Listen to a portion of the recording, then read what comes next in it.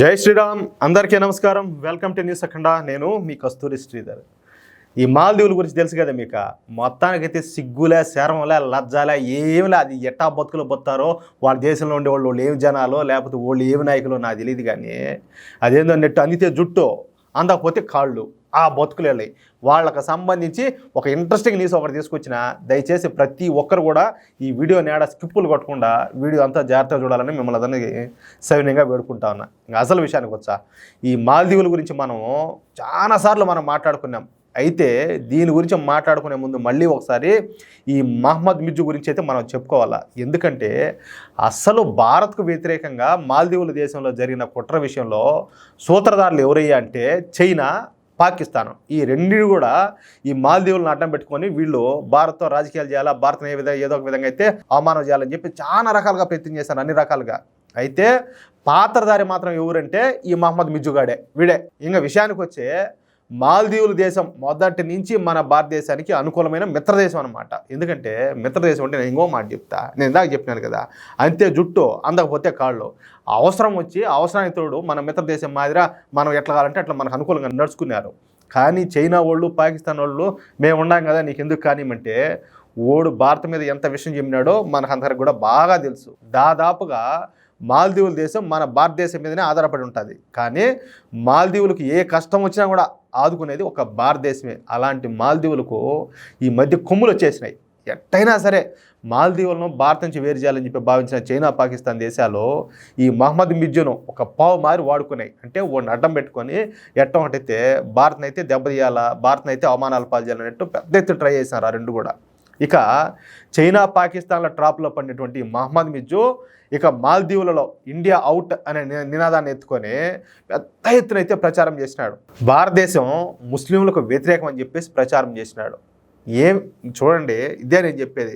వీళ్ళని అయ్యో అంటే నిజంగా పురుగులు పడతాయి. భారతదేశం ముస్లింలకు వచ్చేసి ఏ విధంగా వ్యతిరేకము అంటే, ఈ దేశంలో హిందువులు ఉండారు, ముస్లింలు ఉండారు, క్రిస్టియన్లు ఉండారు, సిక్కులు ఉండారు, పార్సీలు ఉండారు, జైన్లు ఉండారు. ఇట్లా చాలా రకాల వాళ్ళు, చాలా మతాల వాళ్ళు ఉన్నారు. అట్లాగే వివిధ వర్గాల వాళ్ళు కూడా ఉన్నారు. కోకొల్లలు ఎవరికైనా కూడా భారత ప్రభుత్వం అంటే ఒకరిని ఒక రకంగా ఏదైనా చూస్తుందా, ఎవరి మీద ఏదైనా కక్ష సాధించిందా, ఏదన్నా ఉండదా? వీళ్ళకి రేషన్ వచ్చా, వాళ్ళకి రేషన్ వచ్చా, వీళ్ళకి మన కరోనాకు వ్యాక్సిన్ ఇచ్చే ఫ్రీగా వాళ్ళకు వ్యాక్సిన్ ఇచ్చా. ప్రతి ఒక్క ప్రభుత్వ పథకాలు అన్నీ కూడా సమానంగా, సమన్యాయంతో అన్నీ కూడా అందరికి ఇచ్చినారు. ఎవరి మీద కక్ష సాధించినారు? ఎవరితోనైనా కూడా పక్షపాతంగా ఎవరితోనైనా ఉన్నారా? అట్లా ఏదైనా ఉండదా? లేదు కదా. ఇప్పుడు ఈ మహమ్మద్ మిర్జు కానించి, అంటే మాల్దీవులు కానించి, పాకిస్తాన్ కానించి, అమెరికా దాకా ప్రతి ఒక్కరు కూడా ఈ మైనార్టీలను అట్లా చూస్తున్నారు, అట్లా చేస్తున్నారు అని చెప్పి మాట్లాడతారే. ఒకవేళ కన్నా ఇక్కడ నిజంగా మైనార్టీలను ఆ విధంగా వాళ్ళ మీద కక్ష సాధించాలనో, లేకపోతే వాళ్ళ మీద ఏదైనా దాడులు చేయాలనో ఈ విధంగా జరుగుతూ ఉంటే మయన్మార్ నుంచి కావచ్చు, బంగ్లాదేశ్ నుంచి కావచ్చు, వీళ్ళంతా కూడా ఉండే వాళ్ళంతా వాళ్ళు ఎట్టొస్తున్నారు భారత్లకి. అసలు ఏడుండే వాళ్ళకే బతకడానికి లేకపోతే, వీళ్ళకే స్వతంత్రం లేకపోతే, వీళ్ళకే స్వేచ్ఛ లేకపోతే ఆ బయట నుంచి ఉంచేవాళ్ళు ఏ విధంగా వస్తున్నారు దాన్ని బట్టి అర్థం చేసుకోవాలి. అంటే ఏదో ఒక విధంగా అయితే భారత్ను అవమానించాలా, భారత్ను వచ్చేసి ప్రపంచం ముందు తలదించుకునేటట్టు చేయాలా అనేది ఈ దేశాల కుట్ర. వీళ్ళకు తోడు ఏంటంటే వాళ్ళకు పాట పాడేవాళ్ళు, వాళ్ళకు సపోర్ట్ చేసేవాళ్ళు ఇక్కడ కూడా చాలా మంది ఉన్నారు. నిన్న ఒక కామెంట్లో కూడా చూశాను నేను, ఉత్తరప్రదేశ్లో వచ్చేసి ముస్లింల మీద దాడులు జరుగుతున్నాయంట. ఏ ముస్లిం మీద ఎక్కడ అన్యాయంగా దాడి జరిగిందో చెప్పండి. ఒకవేళ దాడి అన్యాయంగా ఎవరైనా కారణంగా చేసి కానీ ఉంటే ఓడి ఏ కులపోడైనా, ఓడి ఏ మతం వాడైనా కూడా ఓడిని శిక్షించాం. అర్థమవుతుందా? ఎవరి మీదైనా కూడా అన్యాయంగా, దుర్మార్గంగా కన్నా దాడులు జరిగితే. కానీ అట్లా కాదే. నేను ఇంతకుముందుగా కూడా చెప్పిన, 100 కుటుంబాలు హిందూ కుటుంబాలు ఉండే కాడ అది ఏ మతం వాళ్ళైనా కూడా 4 కుటుంబాలు ఉన్నాయి కానీ వాళ్ళు హ్యాపీగా బతికేస్తారు. ఎటువంటి ఇబ్బంది ఉండదు, చీకు చింత లేకుండా వాళ్ళు బతకగలుగుతారు హ్యాపీగా. అదే హిందువుల సంఖ్య తక్కువ ఉండి వాళ్ళ సంఖ్య కానీ ఎక్కువ ఉంటే కనీసం వీళ్ళ ఇంట్లో గంట కొట్టాలనే కూడా భయమే. వాళ్ళు వచ్చి ఏడ కలబడతారో, ఏడ కొడతారని. దీన్ని బట్టి మీరు అర్థం చేసుకోవాలి. అట్లా జరుగుతుంది మనకు వ్యతిరేకంగా ప్రచారము. భారత్ను, హిందువుని ఏంటంటే ప్రపంచం ముందు తలదించుకునేటట్టు చేయాలని చెప్పేసి ఇలాంటి మూర్ఖులు, ఇలాంటి మన దేశద్రోహులు, హిందూ వ్యతిరేకులు పని కట్టుకొని పనిచేస్తారు ఇంటా బయట మొత్తానికి అన్ని చోట్ల కూడా. దీంతో ఆ మాల్దీవుల దేశంలో ఉండే ప్రజలు కూడా రాడికలైజ్ అయిపోయినారు. అంటే వాళ్ళు కూడా సైకోలు మారి తయారైపోయినారు. ఫైనల్గా మాల్దీవుల్లో జరిగినటువంటి ఎన్నికల్లో ఈ మహమ్మద్ మిర్జు ఘన విజయం సాధించినాడు. ఏది, వాళ్ళందరినీ రెచ్చగొట్టి అంతా మన మతం అని చెప్పేసి మొత్తానికి ఓడైతే ఆ ఎలక్షన్లు అయితే గెలిచినాడు. ఇక అధికారంలోకి వచ్చిన తర్వాత మహమ్మద్ మిర్జు మాల్దీవుల దేశం నుంచి భారత్ని అయితే బాయ్కాట్ చేసేసినాడుయా. మీకు అర్థమవుతుందా? భారత్తో దిగుమతులపై దాదాపు నిషేధం పెట్టినాడు. ఊళ్ళు ఎంత, వాళ్ళ బతుకు ఎంత, వాళ్ళ దేశం ఎంత, వాళ్ళ జనాభా ఎంత, అసలు మనోళ్ళు లేచే సినిమాల వాళ్ళ కానించి మనోళ్ళు ఉండేవాళ్ళు కానించి ఏదో ఒకటి పోయి ఎండ టూర్లు పోవాలని ఉండే కానించి వీళ్ళందరూ పోయి పోతే మాల్దీవులకు పోతే బతికే దేశం అది. వాళ్ళు మన భారతదేశం మీద దిగుమతులు నిషేధం పెట్టడము, అట్లే భారత్ బాయ్కాట్ చేయడము, ఏమి కథ చూడు. అదేందో ఒకటేదో సామెత చెప్తూ ఉంటారు పెద్దవాళ్ళు, నాగపాము ఈ తాసుపాము ఇట్లాంటివి ఉంటాయి కదా, ఈ పెద్ద పెద్ద అన్నీ ఈ బుస్సలు కొడతా ఉంటాయి. ఈ వానపాములు అనేవి ఉంటాయి, ఈ వానలో తిరుగుతూ ఉంటాయి లుక్కుమని. అది వచ్చేసి ఎవడన్నా కానీ ఈ పాంగన గరిచేవాడు విలవల్లాడుతూ ఉంటే ఈ వానపాము ఆ నీళ్ళలో చేరుకొని మాతో పెట్టుకుంటే అంతేనంటదంట. దాని బతికి ఎంత, దాని కత్తి ఎంత, నడుచా ఉంటే మనిషి నడుచా ఉంటే కాలు కింద పడితే నలిపి చచ్చిపోతుంది. అది కూడా అంటే వానపాము అంటారు కదా, అంటే మా జాతితో పెట్టుకుంటే మేము అంతేనన్నట్టు. ఇవి కాదు, ఈ మాల్దీవులు అంట మన మీద ఆధారపడి మనం ఇదిలిస్తే మనం తినేటప్పుడు రాలిపోయే మేము మెతుకులతో సమానం దీని కథ అంతా కూడా. వాళ్ళు కూడా భారత్ను వ్యతిరేకించడము, భారత్ను అవమానాలు చేయాలని చెప్పి చూడడము ఇంకెట్లా ఉంటుందో ఒకసారి చూడండి. పైగా ఏంటంటే ప్రధాని మోడీను భారత్ను వీడు విమర్శించినాడు పెద్ద ఎత్తున. ఈ క్రమంలో భారతీయులు కూడా ఏంటంటే ఈ మాల్దీవులను బాయ్కాట్ చేయడం గురించి మనకందరికి తెలిసిన విషయమే. తర్వాత మాల్దీవులకు కావాల్సిన నిత్యావసర వస్తువులు, అలాగే మందులు, ఆహార పదార్థాలు ఇవన్నీ కూడా చైనా, పాకిస్తాన్ నుంచి దిగుమతి చేసుకోవడం ప్రారంభించారు ఈ మాల్దీవుల వాళ్ళు. దీంతో ఒక్కసారిగా ఏంటంటే ఈ దిగుమతులకు సంబంధించిన ధరలు అయితే పెరిగిపోయినాయి. ఇక భారతదేశం కాదు కదా న్యాయంగా, ధర్మంగా, రీజనబుల్ రేట్లకైతే సరఫరా చేసేదానికి వాళ్ళు దెబ్బేసి దాన్ని అవకాశంగా మలుచుకొని ఇంకా వంగదొక్కన మొదలుపెట్టినారు. ఒక పక్క భారతీయులు బాయ్కాట్ చేయడంతో ఆదాయం పడిపోయింది దేనికి, మాల్దీవులకి. ఎవరు కూడా మాల్దీవులకి ఎవరు పోయేవాళ్ళు లేరు.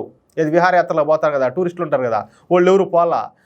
అన్ని విధాలుగా రేట్లు వాళ్ళకి ఏం బిజినెస్ లేకపోయా, వాళ్ళు ఏమో రేట్లు ఏమో ప్రతిదీ కూడా రూపాయి చేసి 10 రూపాయలు చేసి పంపించిన వాళ్ళు ఇంకెట్టుంటుంది. మరోపక్క ఈ నిత్యావసర వస్తువులు, ఈ ఆహార పదార్థాల ధరలు విపరీతంగా పెరిగిపోవడంతో మాల్దీవుల అధ్యక్షుడు మొహమ్మద్ మిజ్జు మళ్ళా ఏం చేసినాడంటే మళ్ళా వచ్చి భారత్ శరణ కోరినాడు, నాయనా మహాప్రభో మనల్ని కాపాడండి అంట.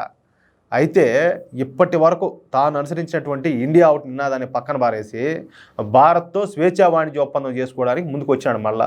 అంతేకాకుండా ఇండియా అవుట్ నినాదం స్థానంలో ఇండియా ఫస్ట్ అనే నినాదాన్ని ఇప్పుడు మళ్ళీ తెర మీద తీసుకొచ్చినాడు. నిజంగా ఈ వార్త మళ్ళా చెప్పాలంటే నాకే అసహ్యంగా ఉన్నది. వీళ్ళు పోతే అంతా సక్రంగా ఉంటేనేమో భారత్ను, మోడీని కావచ్చు, ఇక్కడ ఉండే ప్రభుత్వాలు కావచ్చు వీడు నిందించాడు, అవమానించాడు. ఓడికన్నా జరగలేదంటే మళ్ళీ వచ్చి కాళ్ళు పట్టుకుంటాడు. ఎంత గతిమాల్యం ఉండా కొడుకులో, ఎంత నీచి బతుకులో, ఎంత నీతిమాల్య బతుకులో ఒకసారి ఆలోచన చేయండి. అసలు ఇటోళ్ళు బతకడం ఎందుకు ఇంకా నాకు అర్థం కావడంలే. అంత సిగ్గుమాలే బతుకు, అంత రోషం లేకుండా ఒకడు ఎవడినా కానీ కత్తి కట్టి నువ్వు లేదు నాకు అవసరం లేదు, నీతో నాకు దోస్తే అవసరం లేదు అన్నప్పుడు బతుకుపో, నీకు దమ్ముంటే నీకు శాతం నువ్వు పాకిస్తాన్ వాడికి నాకుతావో లేకపోతే చైనా వాడితో పట్టుకుని నువ్వు ఆడతావో, నీకు నచ్చినట్టు నువ్వు పోవాలా. అట్ట కాకుండా ఇంతసేపు మోడీ మీద, భారత మీద, భారతీయుల మీద లేనిపోని విషయాన్ని అంత చిమ్మి నువ్వు ఇప్పుడు మళ్ళీ వాళ్ళు ఏదో బాగా దొబ్బి పెడుతున్నారని చెప్పేసి ఇప్పుడు మళ్ళీ లేదు నేను నీతో దోస్తీ చేయాలా, రా కలుసుకుందామంటే మనం కూడా ఆలోచించాలి ఒకసారి వీళ్ళని ఏం చేయాలనేది. ఒకవేళ భారత్ ఏంటంటే ఈ ద్వైపాక్షిక సంబంధాల రూపంలో సరే ఏదైనా కొన్ని విషయాల్లో ఏంటంటే ఆచితూచి అడుగులేసినా కూడా తెలుగు వాళ్ళందరూ నేను ఒకటే చెప్తున్నా, దయచేసి ఎవరు కూడా ఇట్లాంటి మతం పట్టిన వాళ్ళనైతే దీని ఎక్క కింద వేసి అణగదొక్కాలి. అట్నే కసిదీరా ఎవరైనా కూడా ఒకవేళ ఏదైనా ఆ స్తోమత ఉండి ఎక్కడికైనా బయటికి పోతూ ఉంటారు కదా మాల్దీవులు కట్ట ఏదైనా ఈ టూరిజం కింద, ఎవరు కూడా పోవద్దు. ఎవరైనా పోవాలంటే అట్లాంటి దేశాలు ఇంకా చాలానే ఉన్నాయి అలాంటి ప్రాంతాల్లో, ఇంకేడికైనా పోండి. కానీ ఎవడైనా కూడా ఒక్కసారి మనల్ని వ్యతిరేకించాడంటే పై కూడా నటం దొబ్బినా కానీ ఆ లోపల ఆ విషము, కసి, పగ, కోపం అన్నీ కూడా అట్టే ఉంటాయి. వాడి బుద్ధి ఎప్పటికి కూడా మారదు, పాముతో సమానం. కాబట్టి దాన్ని ఎప్పుడైనా కూడా మనం దెబ్బ కొట్టాల్సిందే. దేశం అయితే ద్వైపాక్షిక రూపంలో వాళ్ళు ఏదైనా చేసినా కూడా మనమైతే మన స్వభావాన్ని అయితే మనం మర్చిపోకూడదు, దాన్ని వదిలిపెట్టకూడదు. ఒక్కసారి ఒకటి మనల్ని వ్యతిరేకించాలంటే దెబ్బ కొట్టి తీరాల్సిందే, అంతే. అది కథ. ఈ వీడియోపై మీ యొక్క అమూల్యమైన అభిప్రాయాలను దయచేసి ప్రతి ఒక్కరు కూడా కామెంట్ రూపంలో తెలియజేయాలని చెప్పి కోరుకుంటూ, అలాగే ఈ వీడియో నచ్చితే లైక్ చేయడంతో పాటు మీకు ఎంతమందికి వీలైతే అంతమందికి ఈ వీడియోను షేర్ చేసే ప్రయత్నం చేయండి. అలాగే ఇంతవరకు ఎవరైనా కూడా మహానుభావులారా మా ఛానల్ సబ్స్క్రైబ్ చేసుకోకపోతే దయచేసి ప్రతి ఒక్కరు మన ఛానల్ సబ్స్క్రైబ్ చేసుకోండి. అలాగే మేము అందించే ప్రతి వీడియో కూడా మీకు నోటిఫికేషన్ రావాలంటే ఆ బెల్ సింబల్ క్లిక్ చేసి నోటిఫికేషన్ ఆన్లో ఉంచుకోండి. ప్లీజ్ సపోర్ట్ చేయండి. జై శ్రీరామ్.